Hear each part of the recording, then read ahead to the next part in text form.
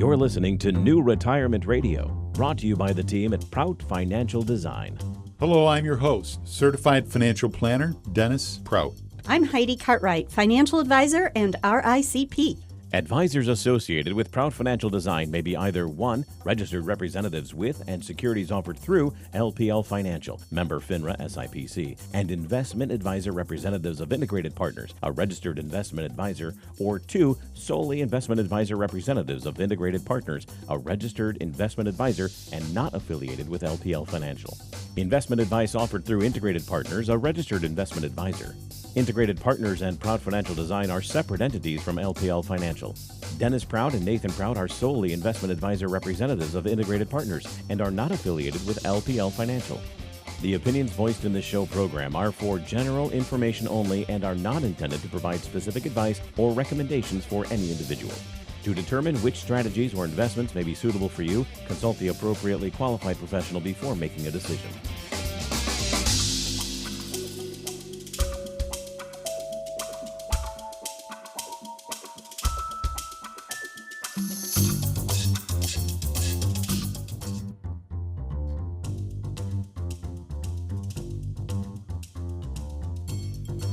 WTCM News Talk 580. Good morning. It's time for New Retirement Radio with Prout Financial Design, 8 minutes after the hour, as we welcome from Prout Financial Design, Mr.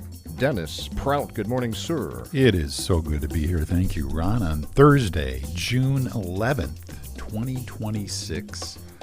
Summertime, even though it's kind of cloudy outside today. A little bit of rain, we'll take it. 70 degrees still, I think, 70, 72. And the world changes dynamically outside as well. Lots of changes going on out there. But we have, as you've already heard, Heidi Cartwright, our own RICP and executive director. What are our titles after all? Executive director. Good morning, Heidi. Good morning. It's my pleasure to be here, and I think we're just going to have a great show today. So. I do too. I'm so excited. And then as well, Nathan Prout joining us, our managing director. Good morning. Over there. Yeah, over in the comfy chairs. Great to be here today. It's great to have you. And then Beth Shire, our director of marketing, back there on the, in the old perch of Colleen's perch over there. Producer's perch. Yes, the producer's perch. Great good morning. It's good to be here, and good morning to all of our listeners. You bet. Great to have you. And now, if you do have a question of a financial nature, you can get in touch with us. How, Ron, if you would, please? One magic number does it all. Text or phone, 231 area code 947-0023, 947-0023. You can text us or call us at that message. Absolutely. At that number. At that number, yes, indeed. Now, I am just wound this morning and so excited to have our guest joining us here this morning, the CEO of Integrated Partners, Paul Saganey, CFP. Good morning, Paul. Good morning, Dennis. Thank you so much. It's great to have you. Now, Integrated Partners was named in 2025 Barron's top 100 registered investment advisory firms, manages about through all of its representatives as well as yourself about $25 billion in assets under management. So a nationally known registered investment advisor that serves us as well. Works between us and LPL and other custodians to make certain that we're staying legal, within compliance, and also offers wealth advisory services to us and our clients through the expertise of the team that you have there at Integrated. So you do a lot of different things through Integrated Partners, and we're so excited to have you. We started talking. We mentioned this about a year ago, I think. Yes. We were talking, you were asking us about the radio show and who we serve and who we talk to, and we got more in depth in the conversation, and finally Heidi and I looked at each other and said, I don't know whether she said or I did, well, would you like to join us on the radio show? And you said, well, we were bragging about Traverse City as well as part of that process. But, yeah, come on up in the summertime. And here you are. And we're thrilled. We wanted to make a favorable impression, so we thought maybe summer might be the best time. Exactly. It is as well beautiful up joining here. us. Sorry, go It's ahead. beautiful up here. But the last 2 Isn't days it? have been amazing. So Yes. beautiful place. Absolutely. Joining us too is Josh Benson. Josh, welcome, sir, with Integrated Partners. Yes, absolutely. Thank you very much for having both Paul and myself. You're the VP of Advisor Development, and you serve between us and Integrated to help us stay clear on who to talk to for different issues we have within the firm. He's a problem Keep us solver. Connected, absolutely. You bet. So the reason we wanted to have Paul on was because of the unique situation you find yourself on the national stage, working with high net worth clients in complex situations and bringing up close and personal the whole SpaceX transition of this public offering, the largest in history, $75 billion occurring tomorrow. And there was a headline article in the Wall Street Journal yesterday, SpaceX employees get a crash course in how the rich handle money. So while no one is perhaps as jealous of them as they might like to be because all these employees are becoming millionaires, the millionaires themselves have some decisions to make that they've never seen before with significant wealth transition.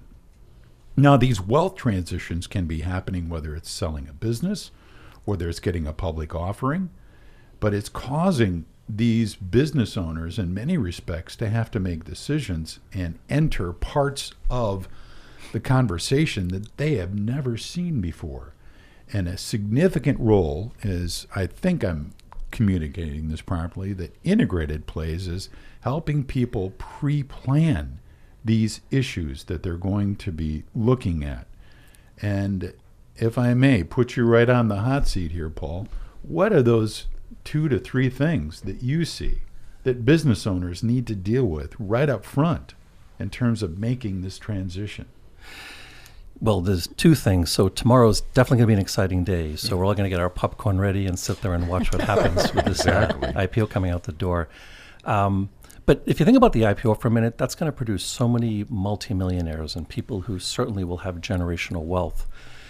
And what you're reading, what you're seeing is these people are getting access to some of the best financial planning talent around the country now to kind of put their financial plans and financial affairs in order. And the same with business owners. So business owners have the luxury of, once again, putting their team together. So if I can jump back to 1986, when I started as a financial advisor, I had the great fortune to work with business owners very early on in my career. But the one thing I noticed in working with these business owners is that although they had advisors in their life, and very talented advisors, if you will, to give them advice and counsel, it was always the lack of coordination. In other words, the advisors weren't talking to each other, and it was these lack of coordination gaps is where we were able to find an opportunity to be of value.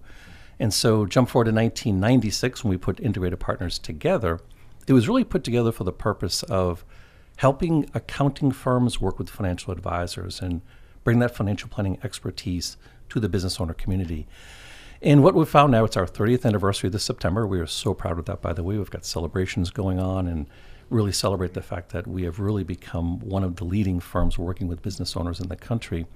But now we're at the point where we're working with about 270 accounting firms throughout the entire country, about 250 very talented advisors like all of you here in this room. And it's about getting ahead of the needs of business owners, helping them to coordinate all these different experts in their life and look for opportunities to be of value. And once again, we saw the need to really work together with the accounting community, work together with the legal community to bring the best of these financial planning ideas to business owners. And that's really served us well for the last 30 years. Excellent. So what are the major issues you see with business owners and their families in this transition? And my gosh, given the amount of money that's transitioning here, with mom and pop businesses selling $1 or $2 million to major businesses, 100 million, on and on it goes, into the billions as well. What are those issues that are similar, if you will, between all of those different businesses and their families? Well, we call them the regrets, by the way. So we've done exhaustive work and research the last 5 years around business owners who are kind of monetizing their life work and selling their business. And we have a book coming out in a couple of months here. It's called the 6% Dilemma. And so when you look at the challenges business owners have, and you'd have to know some statistics, by the way. So right now, the youngest baby boomer is age 60, the oldest is age 80. And that age 60 to 80 bracket controls about 70% of all the small businesses in the country today. And they're all at an age now where they, once again, want to monetize their life's work. And so, in essence, turning it into a check for their businesses, or a cash, if you will, for all that life's work. yes, Monetizing it. Exactly right. Yeah. Exactly right. Which is where the regrets kind of pop up, because when we did our work and interviewed all these business owners who had sold their business, get ready for this, 96% of them had significant regrets. 96%. 96%. We can just say all of them, right? Pretty much. Almost pretty all much. of them. There might be one. Right, yeah. And there were the simple regrets like, oh, I could have got more for the business and sold it for more. But then there were the deeper ones that we talked to these business owners that had sold years ago, and they talked about the level of the stress that put on their family during the process of selling the business. And then the other big part was they didn't really imagine what their life would look like once the business was sold. So think about it. Most small business owners, that is their identity in the community. It's who they are. It's what they wake up every single day thinking and really working within. And so when all of a sudden that's not there anymore, a huge regret was, what's my life going to look like? Kind of what we call your business owner life 2.0. And then certainly things like taxes. Could they have done it more tax efficiently? Could they maybe have done more planning around the fact was when they sell their business, Dennis and Heidi, was that going to give them enough so they could walk away and never worry about money ever again? And so with inflation and people living longer, certainly one of the big regrets was they underestimated how much money they would need to spend the rest of their lives and not worry about money ever again. So we just kind of collected all these regrets. We put a book together, and now we've built our program, which is called Integrated Private Wealth. And we trademarked what we call the no regret transaction, such that we want to get ahead of these regrets and really walk our business owner clients together with all of you in the room here through a process such that at the end they're going to look back and say, wow, no regrets. We had every I dotted, every T crossed, and they'll feel good about their transaction. It's interesting, that stat. Put another way, why only about 6% maximize family wealth and what that means for wealth managers. And the quote was, only about 6% of business owners who plan to sell their companies actually maximize family wealth. Now, what does that mean? What is that? What are the further details behind that quote? Well, I think in terms of maximizing family wealth, so imagine you're selling your business or you're going public tomorrow with SpaceX stocks. There's two types of wealth. There's wealth that we need to live the rest of our lives, and be comfortable and be confident that we can, cover our own expenses. Then if you have more than that, if you're fortunate enough to have more than that, then that becomes the wealth you would use to maybe live a more extravagant lifestyle. And so, what we call a lifestyle fund, where you would do more with the kids, grandkids, and travel, things like that. And then if you've covered those two things, then you enter the phase where you have multi-generational wealth. And that's where you would get a lot of really talented attorneys, financial planners, accountants, and you would put together a strategy to make sure from a tax standpoint, both estate tax and income taxes, you can, have your wealth go from generation to generation such that all the time and effort you spent over your lifetime building this business, you have this event to monetize it, you're okay, your family's okay, and then you can, at this point, make sure that multiple generations are okay if you do the right tax and financial planning in the process. And this can include the community as well. The community that you might help through foundations and or further bigger giving, if you will. So, frankly, I'm thinking of the Biederman Foundation, a huge impact here on the local community.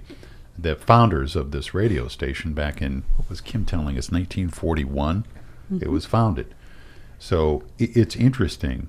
These wealth transitions can play a much bigger role if they're getting that kind of counsel, and two, understanding both the positives of that check, if you will, but also the negatives. How do we plan for that? How do we think through that? Now, before we take our break, how do you help people walk through, and or business owners walk through, and this could apply to a retiree as well, think through what life is like after the transition to help them moderate perhaps some of the disappointments that go along with that? Well, for us, we have the luxury of taking our 30 years of experience and working with so many business owners. I started working with business owners at age 22 right out of college. And plus the fact I am a business owner, you're a business owner, Yes. Heidi's a business owner. So therefore, when we sit across from business owners, we're talking to them as a peer, as an advisor, as someone who's seen so many businesses over 30 years, both make good decisions and bad decisions. And so I think when business owners understand the regrets that other business owners have had, the mistakes they've made, they're more apt to take steps to avoid those mistakes once again and avoid the regrets of, selling their business and looking back and saying, oh my goodness, I wish I'd done it differently. So leaning on the experience of people who work in the community of business owners, understand what business owners' needs are all about. And then also, Dennis, doing a deep dive and discovery with each of our different business owners. They're all different. Their family situations are different. Their desires for wealth are different. Their desires for charity and giving back to social causes are very different. And so certainly when we get to meet someone new for the first time, it's hours and hours and hours of questions, sitting down, getting to know them and understand what do they want their wealth to do going forward. And so through that discovery process, we help them become better decision makers because they can see the impact of a financial planning decision or an accounting decision that we do for them or something their attorney may put together. But if they can connect the work that we're doing, which sometimes is very complex. And so I'll be honest with you, most business owners and complicated estate plans, if you sat down with them a week later and said, write down a piece of paper and tell me exactly what you did, they're not going to know all these things. It takes years and years to learn it. So there is a leap of faith. So therefore, what advisors are trained to do that work in this environment is take the complex, make it as simple as possible, and then connect it to your goals, such that you may not know all the fancy technical terms in estate and tax codes, but at the end of the day that if I do that, then my grandkids will have a better chance to be educated or a better chance to maybe have a fund to take care of them in the new world going forward. So launch, if you will, others that follow much more efficiently than you might otherwise have, and or make certain that those things that are incredibly important to you actually get done even if you're not here, and or given the dollars that came out of the business, you can use that as that launch pad for them.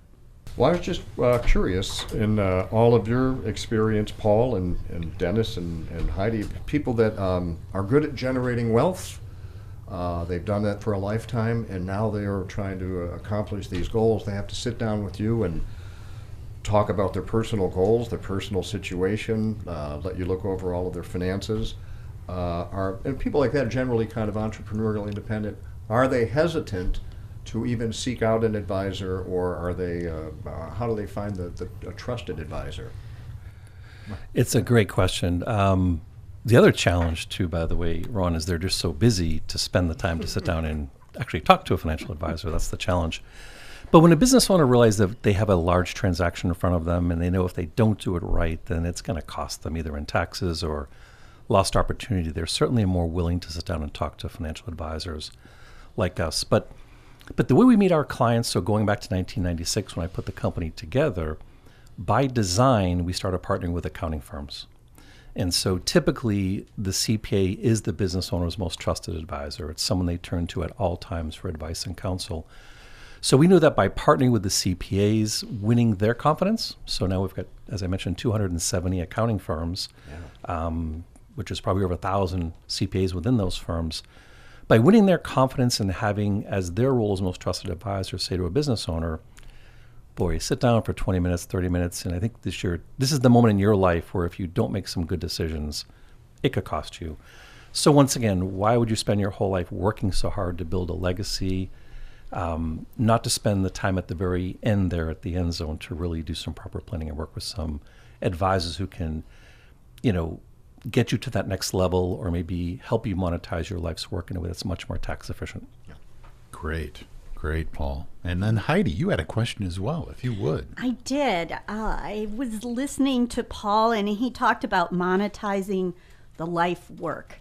And that's a big thing, and there was so much regret that you found in your study.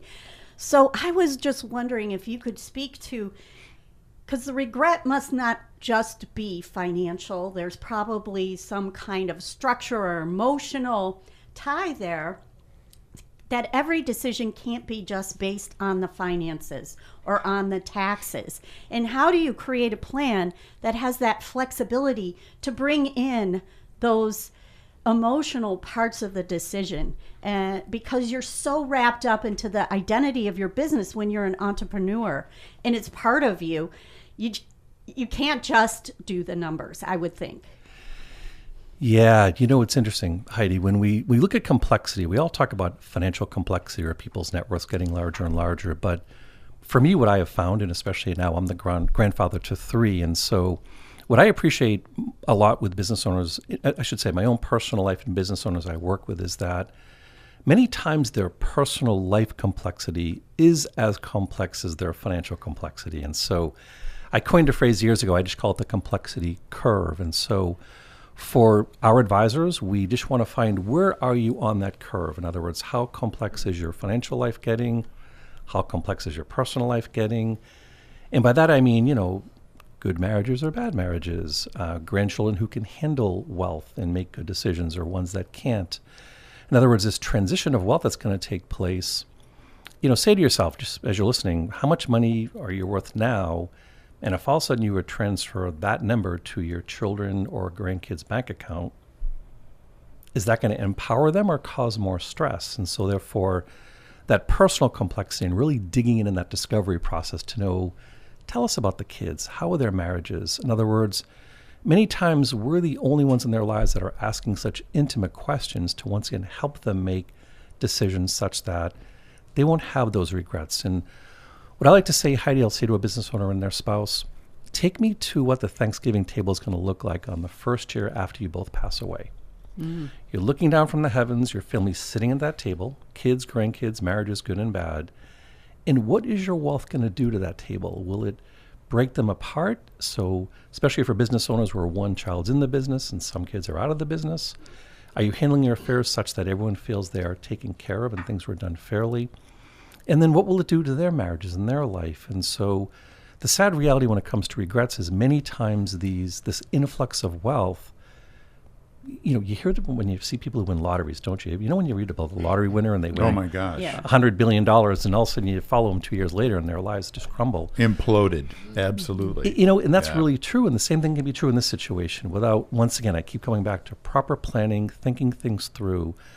But I think the regrets that we see most, Heidi, are the fact that if I only knew that a year ago, if I knew I could have set up a trust prior to the sale such that all of this wealth could avoid taxes, wow, look what that would have done. If I knew I could have done a trust to make sure that my wealth would make it through multi-generations, even generations I haven't even met yet, and protect them against bad marriages, divorces, creditors, predators. That's the regret. Was business owners always have regrets around, I coulda or shoulda. Right. That's what the regrets are all about. And if they had just known or sat down with the right people prior to the transaction, not just monetarily, but even understanding their life situation, connect those complexities dots much more effectively. So you want to start that conversation, not when you're ready to sell, but like as you're thinking about it, maybe, it may be years out, but thinking through these processes can help avoiding some of those pitfalls. Especially if you're tax averse, you got to give the advisor and the tax team time to put these things in place. And especially, as Dennis mentioned, if you're charitably inclined and want to use your wealth to impact society, it does take time to put those together. You can't do it over a weekend. The life situation, that evolves. That's a never ending. So my clients that have sold businesses many years ago, as their kids have gotten older, had marriages, both good and bad, they're having kids. Now their kids are having kids. And so, I get to see the impact of really working with them on that personal level year after year after year. That never goes away. That's fascinating. It really is. So you really do help these folks, if you will, think through both the positives and negatives of the transaction, but as you were talking, I was thinking, well, in terms of saving tax, if that is a tax-saving conversation, 20 to 30% is a logical number. On 10 million, that's $2 to $3 million. On 50 million, it's obviously a much larger number. It's 10 to $15 million or so, depending on the day of the week. Yeah. So these are real numbers that can have a huge impact on the tax that they're paying as a part of the transaction, but also then that person or client's ability to pass that wealth on much more efficiently to those that follow too. So these numbers can be an amazing transactional savings for them too as a part of it. And as I like to tell clients, imagine if every year you pay your income tax, you could at the very bottom say, hey, I want you to spend my tax dollars here. Children, education, housing for the poor. Dream, right? Yeah. But when it comes to estate taxes, we all have that right. So anyone who pays an estate tax, you're basically paying a voluntary tax. And so you hear about people like Warren Buffett or Bill Gates, they won't pay any taxes at all when they pass away. But what they're doing is at the end of the day, when you do pass your wealth on, there's 80% rules apply. There's 3 beneficiaries. There's the IRS, unfortunately. There's any charities that are important to you, and then your family. And so any dollar that's going to be going to the IRS, without proper planning, they're going to decide where your wealth goes. But even come to estate tax planning, when your final tax return for estate tax is if you could write in the bottom, hey, give my money to food shelters and animal shelters versus wherever they spend their money. But when we present it that way and let people know you are empowered to decide where your capital will go, either the government decides where they're going to spend your dollars or you do it yourself. But I think when people learn that they actually have more power than they think to decide where those dollars go, it really gets them, once again, from being regretful to more exciting about what they can do with their wealth going forward. So that it's an empowering conversation for these folks too. Absolutely. Money can empower or it can destroy. You make the decision. You bet. I was just looking at an article that was written, Russ Allen Prince and yourself, about the structural change that's happening in the private business sector to accentuate the conversation. Now, I found it interesting that you kind of partnered with Russ Prince. He's one of the foremost thinkers in the whole advisory area, period, within the financial planning arena. He is phenomenal. So you're partnering, Integrated is in essence partnering with him as well toward dealing with these situations, correct? Yes. Russ, Homer Smith, who's the executive director of our Integrated Private Wealth Division, this will be our 3rd book we've put out, and we're excited about this new book for business owners. But Russ is brilliant, and he is considered amongst many to be what is called the grandfather of what's called building a family office structure. And he consults with some of the wealthiest families around the world. And it goes back to what we said earlier about having an experienced team around you where this is not the first time they've ever dealt with this situation.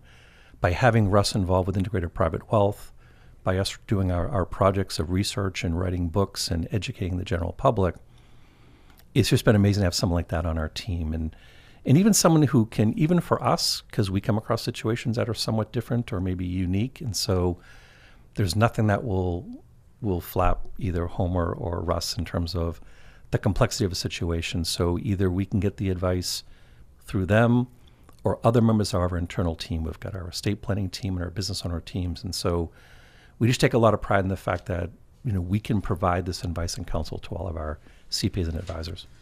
It's phenomenal in terms of pushing that information down and educating your financial advisor team, which we're a part of as well, in having more of these conversations because,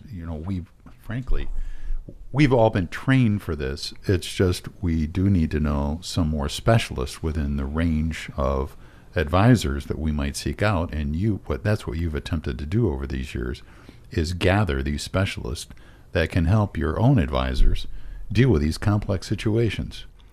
It comes down to confidence, doesn't it? So at the end of the day, if our advisors and if you are comfortable and confident talking to the wealthiest person in the world, knowing you've got a team behind you that can make you look like a hero to them, then That's what the whole thing's about. And so even with our accounting partnership program here, we want to make that accountant look like a hero to their clients. We don't want them just to be like the person that does my taxes once a year and never see or hear from them ever again. It's, these accountants as most trusted advisors know their clients intimately. They know their financial situation.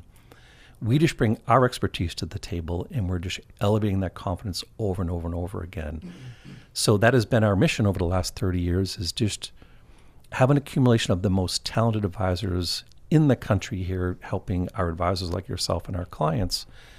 Because when you think about it, your financial plan will only be as good as what's between the ears of the financial planner you're sitting across from. That's right. So that financial advisor is either going to limit or have a limit as to the advice and counsel they can provide, or they're going to have pathways to reach out to brighter and smarter people. And so that's our ethos here at Integrated, is make sure that we have the right advisor, the right individual to provide the confidence to make sure it's going to be the most effective plan possible. Same reason we affiliated with Ed Slott and Company. I mean, some of their the thinking that goes on there, 350 of the best financial advisors in the nation, and the questions that come out of that audience are just amazing, because obviously you get a variety of inputs and client situations that sharpens everyone. And that's, in essence, what you're doing as well. You're having a community conversation amongst the best financial advisors in the nation to really bring better information and help to their individual clients.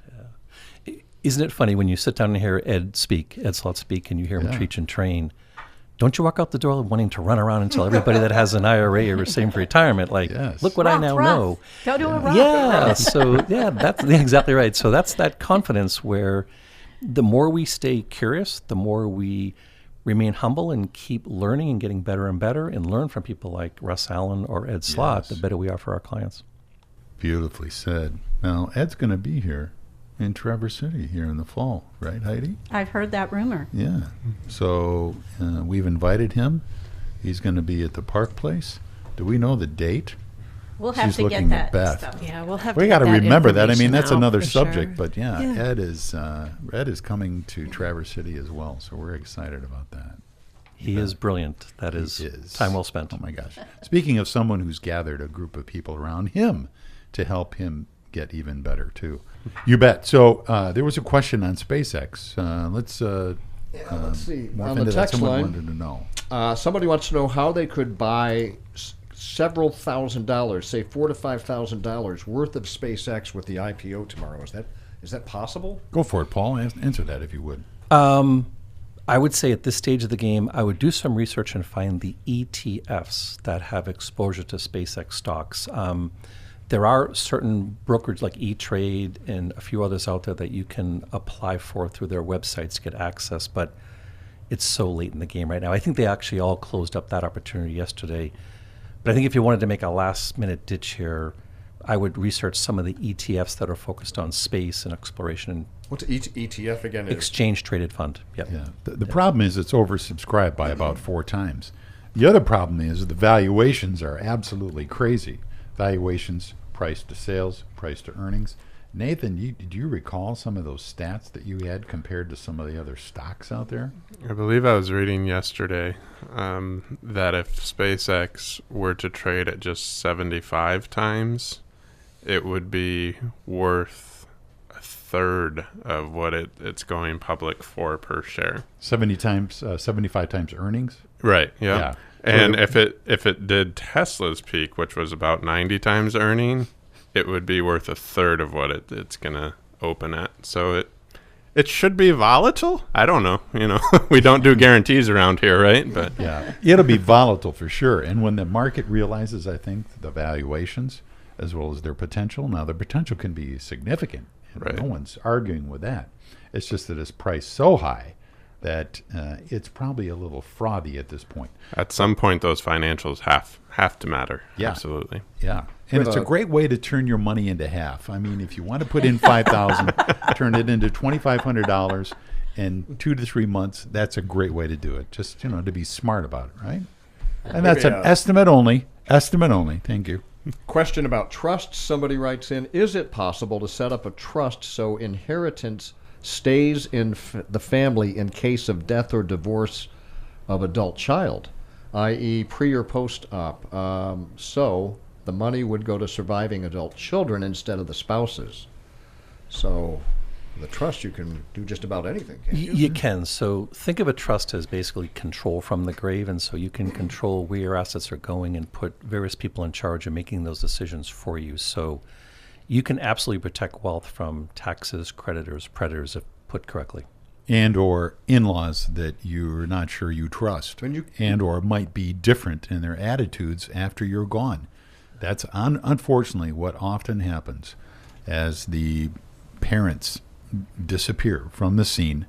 As the focus, the relationships between the siblings change dramatically. They just do. And so that can be positive or negative. But understanding any issues that you have or concerns that you have as a parent about those children and or how they'll handle money, if you can address those in the trust, I have seen parents do a much better job if they're willing to go down that road and say, you know, I have some real concerns based on spending history and or how they get along, some of the realities of that. I love them, but I want to be real about what I see the future might hold for something like that. And go back to that Thanksgiving table. So Yes. imagine you're looking down after you both have passed and you're looking what your wealth does. And I think that really does bring home the emotional part of, once again, wealth being empowering or destroying relationships. Huge. Thank you. Now, changing the subject to AI, which a lot of folks are really concerned about, and for good reason, given some of the issues that have been brought up by some movers and shakers in the tech area. What is the role AI is playing within our industry, and where do you see it going, and how is it impacting what you are doing and what, in essence, what we're doing for the future? I know for me, one of the first questions I ask a client is, or new potential client is, what is your current advisor? How are they using AI inside of your financial plan? And typically it's non-existent. And so we're embracing AI. And if I could tell a very quick story here as I sit here talking to you all, about a year and a half ago, I was diagnosed with skin cancer. And every single year I get tested for my skin, make sure it's okay, but it was actually an AI engine that detected my skin cancer. And so it was a serious skin cancer. I had a series of operations and about 3 or 4 months worth of treatments to stop it where it was. But if you think about it, if I had kept doing what I traditionally do, which was see doctors and they look at your skin, the dermatologist, it would have been missed. And so, as I like to tell when I sit across from my clients, I have the equivalent of 1 million of the most brilliant medical minds looking over my blood tests and all the different things that I do and looking at my skin. And certainly for me, it was able to find a challenge which could have been more serious. Go back to no regrets. So now I have no regrets about the fact that, I was certainly taken care of. I use the same analogy, Dennis, with financial planning. And so the reason why I say, and I ask clients, is your current advisor using AI, is because why would I not want to have 1 million of the most brilliant financial minds sitting in my court to help make sure that your financial plan is done correctly? So egos aside, I know there's various philosophies on AI and some positive, some negative, but for me, by bringing it into the client meetings, by using it to help take the really complex ideas. And so one thing I love to do is if I'm dealing with a complex trust like Ron asked about, and I throw in, it's an IDIT, or I'll throw out a certain name that they have no clue what it is. I can then go into AI right in front of them and say, hey, describe what this concept is in greater detail. But then I'll say, but explain it like you're talking to a 5th grader. And so it'll take a really complex concept in estate or financial or tax planning and break it down to the level where a 5th grader can understand it. And so once again, it's designed to give confidence to the business owner or the high net worth individual. It gives them the confidence of knowing that although I don't know everything that you're doing and all the different concepts you're putting in front of me, but when you can take these complex terms and break them down using AI in a way that I can understand it, And then as I like to do is I'll teach my clients how to go into AI themselves and how to look up some of these different concepts and tools, because at the end of the day, the more educated my clients are, the more confident they're going to be, and therefore they're going to have a better end result. And so there's no egos here, but if I can have those million brilliant financial minds together with our teams that we have access to, such that the outcomes are much, much better, I'm a huge believer in AI going forward. And it's not just AI alone. Critically, frankly, you point out your own advisors as well. So you're double checking that information, because we all know there can be obtuse things that are said through AI that don't make any sense, and or it can be completely incorrect. But in some cases, and in many cases, it can bring to light a lot more information than what we might have had before, and still be confirmable by the experts that we're looking to ourselves, the folks that we look to, if you will. We're not at the point yet where AI can do a financial plan, to your Right. point, because Yes. you don't know if it's going to be entirely accurate. But we're certainly at the point where I can take a piece of a financial plan and I can drive down deeper on that particular topic such that I can make it easier to understand. But we're not at the point where I can just plug up in all my information and then say, give me a financial plan. Go back to complexity. So with the financial complexities and the life complexities, AI will probably never be able to understand everything about your family. It'll certainly know how to do a better tax plan or maybe put together a good trust. That's kind of black and white, but they're not going to know about marriages and grandkids and their ability to handle wealth. And so that's why AI is an empowering tool as it pertains to knowledge, but the discovery process, really getting to know our clients, that's the power of just kind of connecting all those dots together for a better outcome. It so reminds me of the pianist whose Steinway is made specifically for him, and I cannot think of his name. He is the best pianist in the world, and anyway, Steinway makes pianos specifically for him, designed for him. They're the only piano that's made specifically for that pianist, but you can tell the difference when he's playing. The passion which he brings, the artistry, the beauty of that product itself. So you're using this in some ways as an instrument to help you, and we are as well, to answer these questions much more in depth. Lang, Yes, thank you. Lang. If you ever want to hear someone, go to YouTube and or see an amazing artist. It's Lang. Yeah. And I was just going to say, this is something that Integrated helps us. Being affiliated with Integrated, last year when we went to an annual meeting in Austin, Texas, one of the speakers there talked about AI, and he taught us it's so important how the question is asked to AI and how to pose that question to get the results that you're really truly looking for. And you really have to manage the tool. And that really opened the door, I think, for both Dennis and I on we can use this. We really have to devote ourselves to figuring out how to use the tool to help our clients get the best results. And it was very exciting because AI is new, and it's a new frontier for us to figure out. It's scary. It's also a huge opportunity to, again, answer these questions at a much more in-depth level to help decision makers make better decisions. And why wouldn't we want to jump on that wagon? And if I could add to Heidi's point, the book is called AI Leadership by Jeff Woods, and it is probably, for business owners and people who are in leadership positions, one of the best books ever. Josh. Yeah, absolutely. And when you take a look at artificial intelligence, you always want to make sure that it's a closed-in AI tool. You never want to give out private identifying information while you're talking to an LLM. Yeah. Correct. That's a Thank good you caution. for that great disclosure. Great way to end the show. Thank you, Ron. Well, we have about less than a minute, so again, as always, thank you to Prout Financial Design, Dennis, Heidi, Beth, Nathan, and special guests in today from Boston, Nebraska, all over the country. From Integrated Partners, Paul Saganey and Josh Benson. Thanks so much for coming to Traverse City, to WTCM, to Prout Financial Design. Appreciate that. Thank you so much. Thank you Thanks, so Ron. much. Thanks, Ron. Thanks, Ron.